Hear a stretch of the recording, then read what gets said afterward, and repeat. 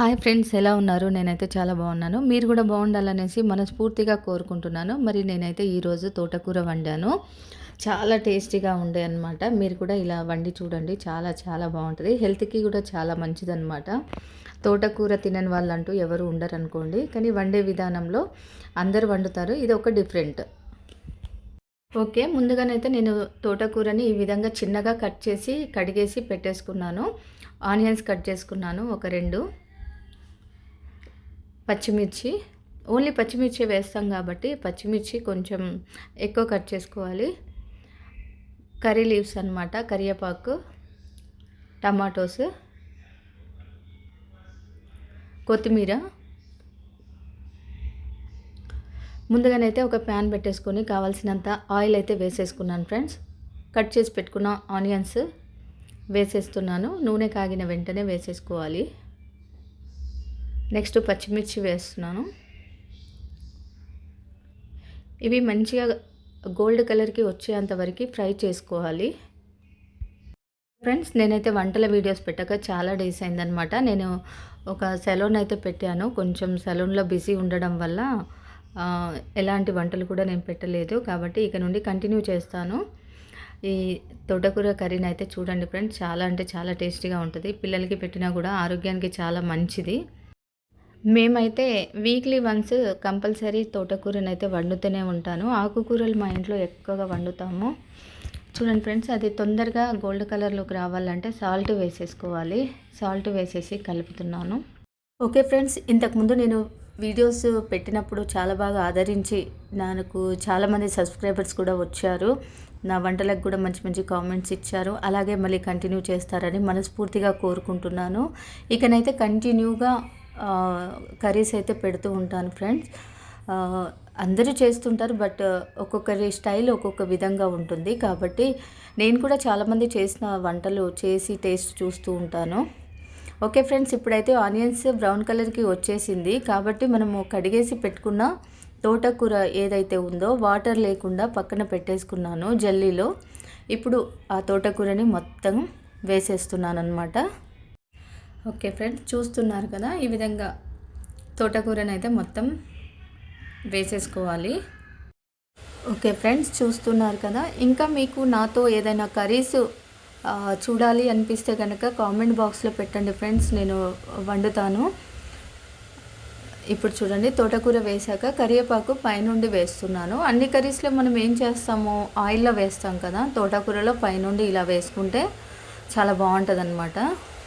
Okay, curry leaves వేసిన తర్వాత ఒక 5 మినిట్స్ మూత పెట్టేసుకోవాలి. ఓకే, ఇప్పుడు 5 మినిట్స్ తర్వాత అనమాట. చూసారు కదా, తోటకూర మొత్తము దగ్గరికి అయిపోయిందనమాట, ఉడికిపోయి. ఇలా మెల్లిగా కలుపుకోవాలి. ఎందుకంటే ఆకు అలాగే వదిలేసినట్లయితే ఒకవేళ వాటర్ అంతా ఇనికిపోతే మాడిపోతుంది. కాబట్టి ఒకసారి కలుపుకోవాలి. ఓకే ఫ్రెండ్స్, ఈ విధంగా మెల్లిగా కలుపుకోవాలన్నమాట. టోటల్ కర్రీ మొత్తం కలిపేసుకుంటే సాల్ట్ కరెక్ట్గా సరిపోయిందో లేదో కూడా మనకు తెలుసుకోవచ్చు. చూడండి, మొత్తం కలిసేసరికి వాటర్ ఇంకా ఊరుతున్నాయి అన్నమాట. ఆకుకూరలు కాబట్టి వాటర్ అదే ఆటోమేటిక్ వచ్చేస్తూ ఉంటుంది. ఇలా కలుపుతూ ఉంటే ఇంకా వాటర్ వస్తూ ఉంటుంది అన్నమాట. ఇలా సగం ఉడికిన తర్వాత ముందుగా మనం సాల్ట్ వేసాం కాబట్టి ఇలా వాటర్ వచ్చేస్తూ ఉంటుంది అన్నమాట. ఇలా సగం ఉడికిన తర్వాత టమాటోస్ కట్ చేసి పెట్టుకున్నాను, వీటిని వేసేస్తున్నాను ఫ్రెండ్స్. చూడండి, మనకి సరిపడా టమాటోస్ వేసేసుకోవాలి. టమాటోస్ వేసాక కూడా ఈ విధంగా టోటల్ కలిసేలా కలుపుకోవాలి. ఇప్పుడు టమాటోస్ నుండి కూడా వాటర్ వస్తుంది, జ్యూస్ వస్తుంది. కాబట్టి ఆ జ్యూస్ ఈ ఆకుకూరలో వచ్చిన దాంతో ఉడికిపోతుంది అనమాట. మనం వాటర్ పోయక్కర్లేదు. ఆకుకూరల్లో వాటర్ ఆటోమేటిక్ జనరేట్ అవుతుంది. కాబట్టి కొత్తిమీర కూడా వేసేస్తున్నా ఫ్రెండ్స్. టమాటో వేసి కలుపుకున్న తర్వాత పైనుండి కొత్తిమీర వేసేస్తున్నాను. ఈ విధంగా కొత్తిమీర వేసేసుకొని ఒక 5 మినిట్స్ మూత పెట్టేసుకున్న తర్వాత అనమాట. ఇలా ఇంకా ఉడకలేదు, పచ్చి పచ్చిగానే ఉంది. కొంచెం లైట్గా కలుపుకోవాలి. ఓకే ఫ్రెండ్స్, నా ఛానల్ని అయితే కొత్తగా చూస్తున్న వాళ్ళైతే సబ్స్క్రైబ్ చేసి లైక్ చేసి షేర్ చేస్తారని మనస్ఫూర్తిగా కోరుకుంటున్నాను.